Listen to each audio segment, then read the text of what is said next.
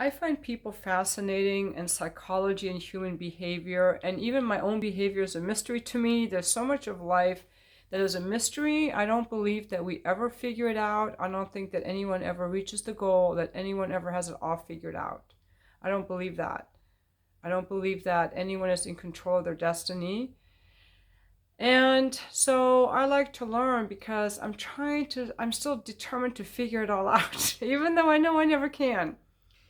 So one of the books I recently ordered was The Drama of the Gifted Child, and this book was recommended by a woman whose videos I watch called Self Love You. I think I linked one of her videos before where she talks about going after narcissists and men who abuse her or reject her or abandon her, and why she was doing that and how she was healing herself. And I found her channel just so freaking inspiring, because she said when you're longing for Jack or Jill, it's not about them. You're longing for your parent that abandoned you in childhood. And for some people, it could be major abandonment, like they were in an orphanage or their parent was just totally depressed or a narcissist or abusive.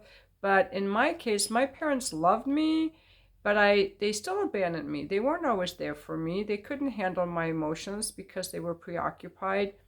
So I think that all children suffer a little bit of abandonment. And I saw in myself this pattern of going for unavailable men. And when I realized that it was probably me going, a childhood wound of wanting my parents who were unavailable, it really broke the spell of these unavailable men, because it all brought it home to me, and that's something in me, and that I could heal it. And I no longer had to long for these inaccessible things out there and leak all my energy out, which was so painful. So I think her name is Jenna Ryan. She recommended and she said, "Oh, Alice Miller, The Drama of the Gifted Child." So right away I ordered it because that's what I do. I love to read. And I'm reading The Drama of the Gifted Child. Now, I have a reason for giving you this prologue. So I'm reading this book. I'm on day 2 of reading this book, and I'm very fascinated by this book because Alice Miller has achieved worldwide recognition for her work on the causes and effects of childhood trauma. And she writes in there about the things that I already, had read about before, that people, whatever we repress in ourselves is still there, but we act it out. And we don't know why we're acting out because it's repressed and it's blind to us. And Carl Jung talks about it. If you've heard about the hidden self or the shadow self, I think those are all different parts of it. So I'm reading this book. I'm very fascinated. And I'm thinking, let me look on YouTube for Alice Miller and listen to her in person. So I look up Alice Miller on YouTube, and what do I find? I find a lot of people talking about Alice Miller's book. Apparently the woman has already died. And then I come across a very interesting video where Alice Miller's son is being interviewed. So I decided to watch that one first. And this is on the channel by Daniel Meckler, a former, I want to say, well, he was a psychotherapist. He had a master's in counseling, and he was a licensed counselor in New York for 10 years, including some years in his private practice. But he left the industry 8 years ago because he didn't like a lot of the rigid rules, and that people were kind of led so much onto medication, and the way that he was being supervised. He has some really great videos. I've been listening to them for days now because I love this stuff. I find humans so fucking fascinating. But get this. This is like almost gossip, I'm going to tell you, but it's not gossip really because it's real. So Daniel Meckler is talking to Alice Miller's son, and the son has written a book. Now I'm going to show you the book, but I didn't order it until I heard the video. And this is the book that the son wrote. The true drama of the gifted child. And look at how she looks there. Now, guess what happened? Alice Miller is held up as a worldwide psychotherapist because she writes about how people's repressed trauma comes out in their behavior, and it comes out in how they treat their children and abuse their children, and whatever we have repressed in ourselves is still alive in us, and we act it out unconsciously onto our children by using them for, as the videos Tranquility has made recently, emotional incest. We can use our children who are powerless to gain adoration, to gain importance, to feel needed, to feel loved, to suck them out, rather than being mentors to our children, neutral mentors, loving mentors. We can use them for our own ends, to feel important, to feel loved, to boss someone around, to have power over someone, to hurt someone the way that we were hurt as children, to abuse someone in the way we were abused, but it's often very unconscious. And Alice Miller says people should only have children after they've reviewed all their own trauma. But, and everyone, so Martin Miller, the son, and they're all German, by the way, and Martin Miller's videos are mostly in German. Everyone's going around thinking Martin Miller has the best life ever because his mother's Alice Miller. And she's obviously healed all her trauma, right? Because she's talking about it. But guess what? The woman was a fucking, I'm not going to say psychopath. I shouldn't say it. But she abused her son. She was an abusive mother. The whole time she abused him. And the father, they abused him. So she was a fraud. But she didn't know she was a fraud. And therein lies the problem. Because, as the son says, she never dealt with the 6 years of her early childhood life in which she was a Jew in Poland and having to deal with the Holocaust and how she was abused and neglected by her own parents. And she repressed that all, and she didn't know she repressed it all because she never discussed it with her son. She never discussed it in therapy or in her books or in her work. And I don't know how I eventually found out. I just only now start reading this book. What I'm trying to tell you is there's this woman who's held up as the world's foremost expert on trauma was an abusive mother because her own trauma, she was blind to her own trauma. And that's what happens. We're all blind to our own blind spots. So don't think that anyone, this is really, really shifted my views on people. I'm like, is everybody fucked up? Is there anybody even fucking healthy anymore? Or is everybody just fucked up? How badly are people fucked up? And how long do you have to be around them to know? You can't tell from their Instagram. You can't tell from their books. You can't necessarily trust a coach. How do I know I can trust myself? How do I know I don't have trauma that I'm acting out on people? I think all we can really do is go up to people and be like, hey, you know what? I want to know the honest truth. Like, what are my blind spots? What do you see in me that I don't see in myself? And know for sure that we're not intimidating people into giving the right answer. I think we also have to know that we never reach the end, that we never solve everything, that we're all works in progress. There's no one who has the fucking key to life. And I think that when we work with people, I think what Alice Miller failed to do is I think we have to look at our life and the people in our lives and see how empowered and free they are. Are they trying to please us? Are they afraid of us? Are my children afraid of me? Or are my children trying to please me? Those are two fucking red flags. I'm not really sure on everything else. Daniel Meckler has made some really good videos. I've been listening to them because I don't want to have blind spots. I'm really, really, really, really want to heal my blind spots because it's my blind spots that are causing all my pain. My blind spots are causing all my pain. Yeah. So I'm really hungry to discover what they are, not because I think there's something wrong with me, and I'm starting to think maybe there isn't that much wrong. Either I have so repressed my childhood that it's going to take a fucking years to uncover. Or it wasn't really that bad. I don't know. Because my life seems pretty good. My kids seem pretty good. My ex-husband seems pretty good. But I know we all had wounds. And me going after unavailable men comes from a wound.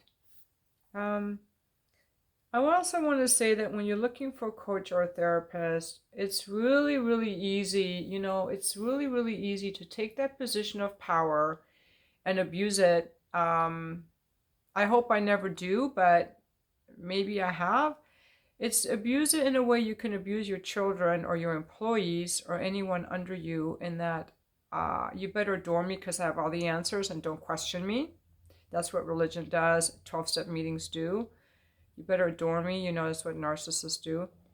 Or I am going to be the substitute you never had. I want you to attach to me and cling to me so that you need me and I feel needed. That's also unhealthy on the part of a therapist or a coach. Or I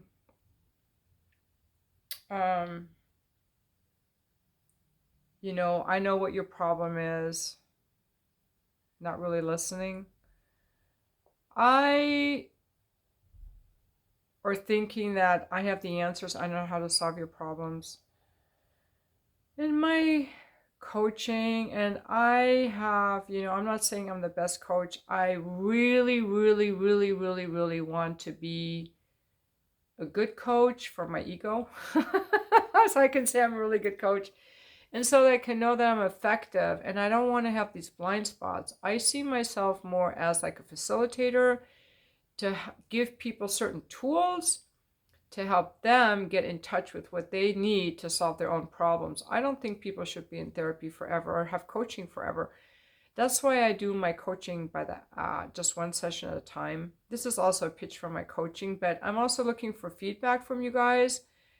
Sometimes people just want one coaching session, they're good. But I also can offer more, but I don't want people to look to me as some kind of answer or alternative parental figure or God, or like they need me, because you don't. I want to be more powerful than that. I want to be so powerful as a coach that I can hear your problem and guide you to within to find your own answers and give you some tools so that you don't need me anymore. That's what I want to do. That's what I think would make me really good. Without an agenda, without needing your adoration, and knowing that I don't have all the answers. And that's kind of scary sometimes, because I feel like I should have the answers. And without thinking I'm better than you or know more than you, because I don't. I also think that a good coach or therapist is honest about their own problems, that they don't have it all figured out, and I don't. This has really been an eye-opener for me, because Alice Miller sounds like a freaking expert, and she didn't take any of her own advice. Everything she talks about in this book, she fucking didn't do. Everything she talks about and preaches and did with her clients, she didn't do for herself. So she didn't do the work on herself. She didn't face her own traumas. Maybe because they were so repressed inside of her, she couldn't even look at them, or was afraid to look at them and didn't even realize she was afraid. I don't know if it was that she was ignorant of it or she was just willfully defiant. Like my daughter says, Mom, people always talk about what they're struggling with. So maybe she was talking about childhood trauma, repressed childhood trauma, because she had repressed childhood trauma. And I'm always talking about emotions because I'm having trouble with my emotions. I'm talking about emotionally unavailable men because I keep going for these emotionally unavailable men. But once it's solved, I don't want to talk about it anymore. Is that maybe a thing? Because I don't really feel like talking about sex anymore. I feel like it's all integrated. I'm good.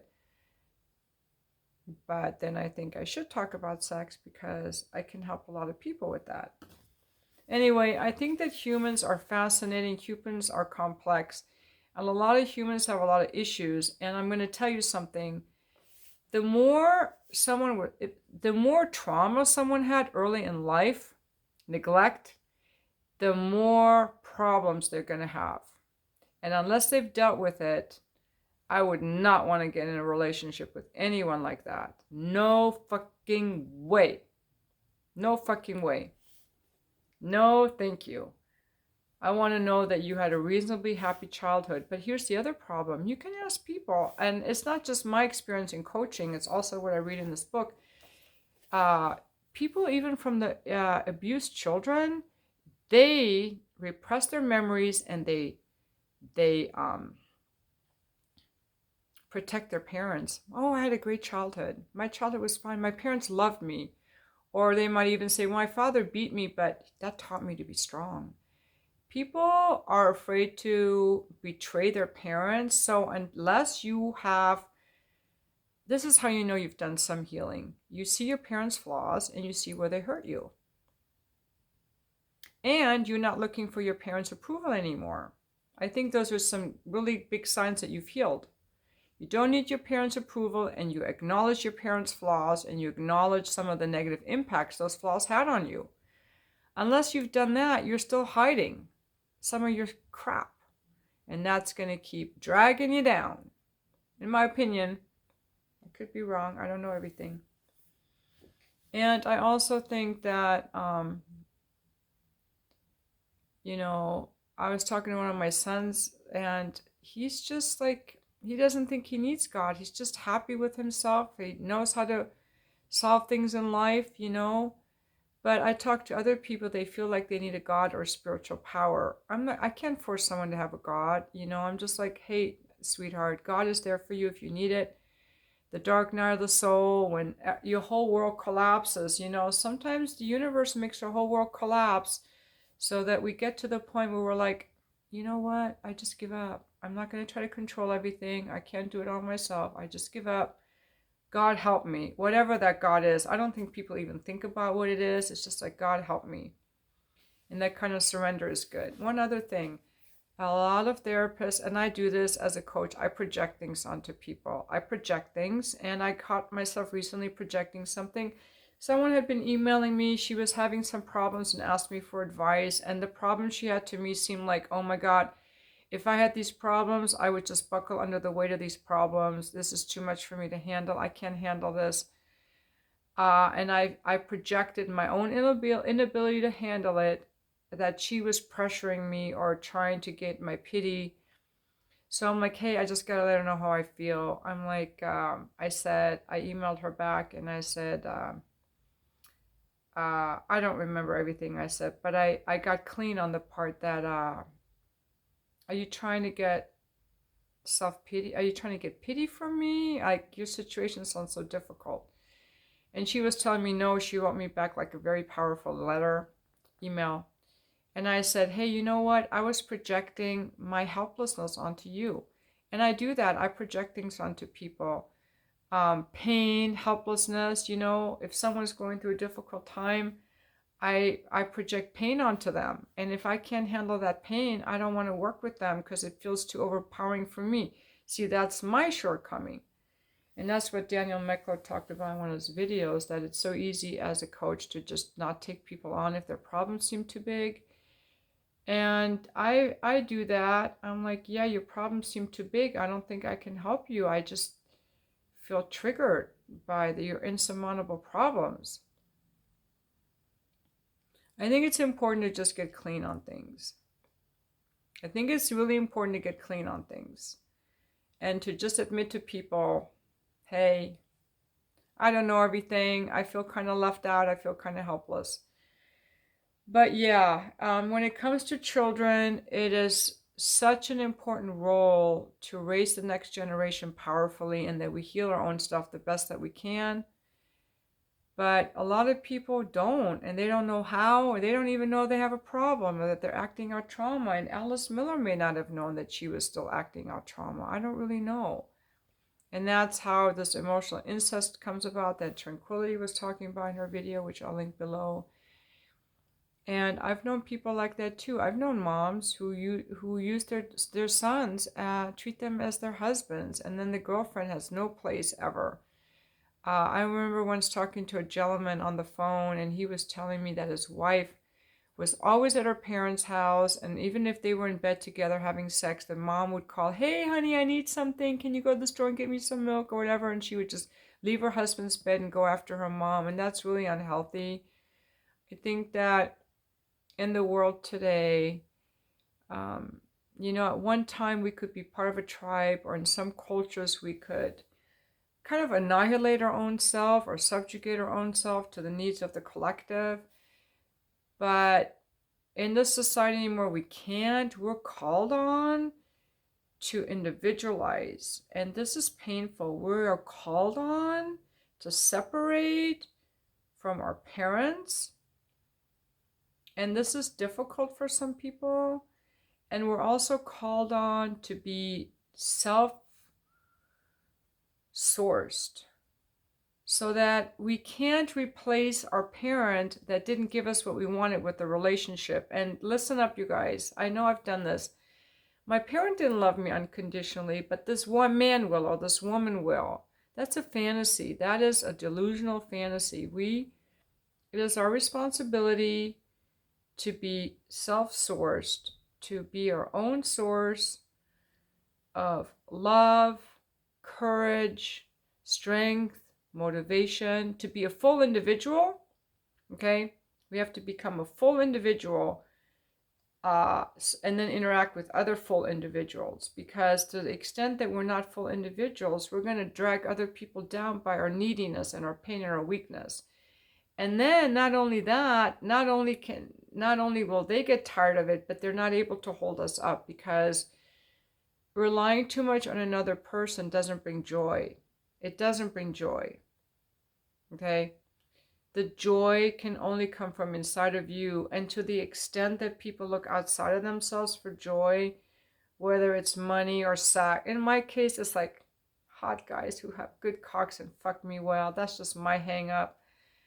I haven't had it in a fucking long time, but to the extent that I'm thinking my life will be better if I get this other thing, more money, fame, power, hot sex, good looking women, bigger breasts, bigger house, whatever, that's the extent to which I've abandoned myself, because all those things I think that I need out here are just substitutes for me not looking within and having abandoned myself. So we have to be whole beings, just like trees. Okay, if you look at a forest, what makes a beautiful forest?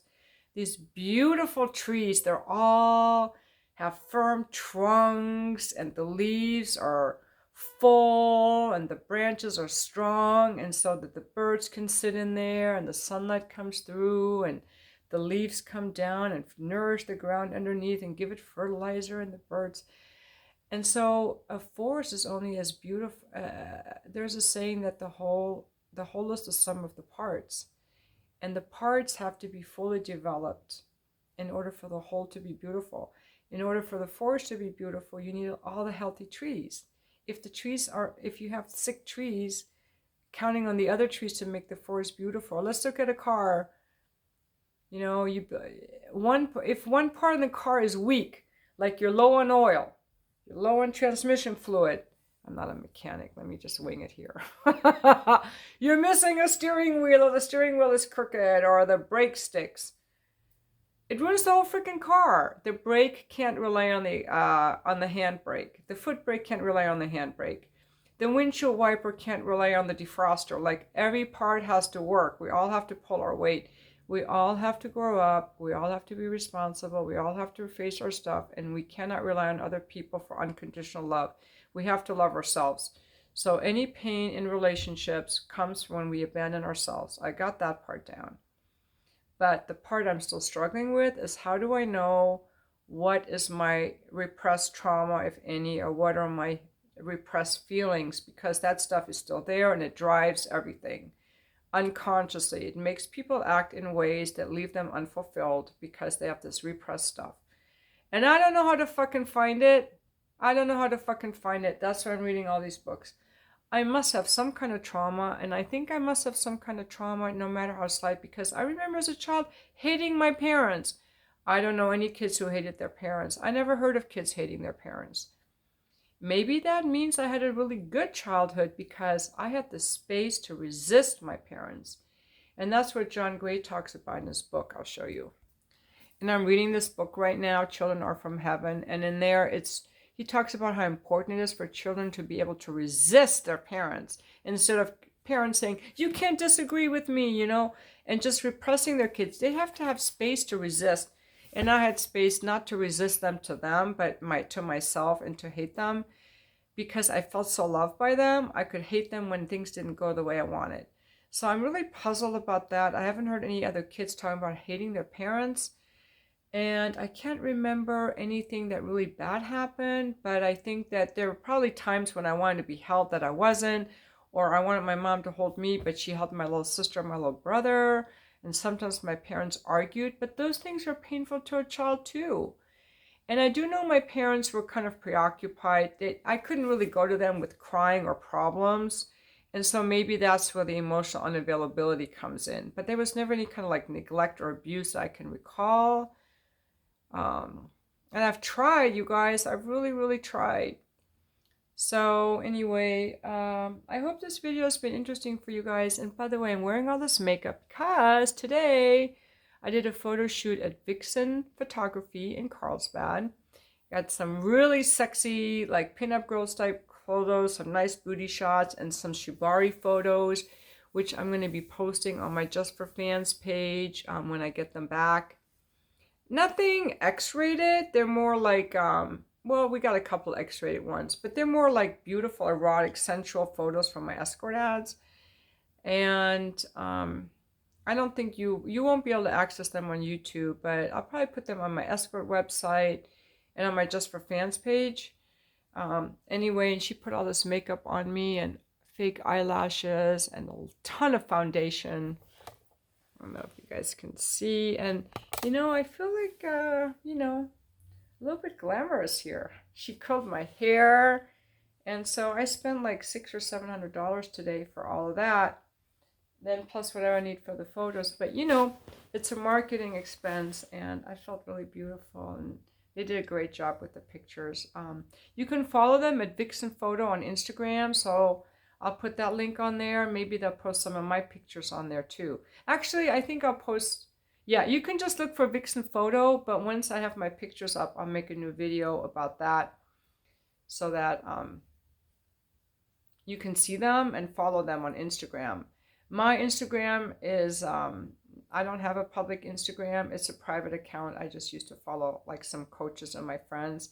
I do not want random men hitting me up on social media and on Instagram. Anyone can DM me and slide into my DMs. I only want to talk to men who are my friends in real life or men who pay me. And so I only have social media. We're the only Twitter, and it's the only place. I'm not anywhere where men can't DM me. I'm not DMable, and that's the thing. I don't want to be DMable. I don't need the attention from men. I'm not an attention whore. I mean, I like to be pretty. I like to get money from my work, but I don't want random guys to give me attention that does nothing for me. And it's just, I feel like energy leeches. So when guys hit me up on stuff, it doesn't make me feel validated or important or loved or anything. It just feels like needy energy leeches who are too cheap to pay me, who are disrespectful and needy, and it's kind of yucky. Ugh, yuck. I don't like it. So guys who want to see me should book an escort appointment, or they should book a coaching appointment, or they should follow me Just for Fans, or if they want to date me, just remember, if you want to date me, I'm not some sex object, and I'm not a body. I'm a real woman that's complex, and you would have to get to know me. You would have to love my children. And men make the mistake. They look at me and they think I'm so pretty, and they treat me like an object. But that's only 1% of me. You got to love the 99% to get the 1%. That's how it works, guys. I'm going to make another video on that. You got to love the 99% that's behind the face to get the 1% that is the face and the body, because that's just the outside. You can't get the outside unless you love the inside. And my family, and that's part of the inside. You got to love my kids. My kids have to love you before I'll ever fuck you. That's my new rule. My kids have to love you before I'll ever fuck you, and I want to have been to your house. Cheers, guys. Thanks for watching my video.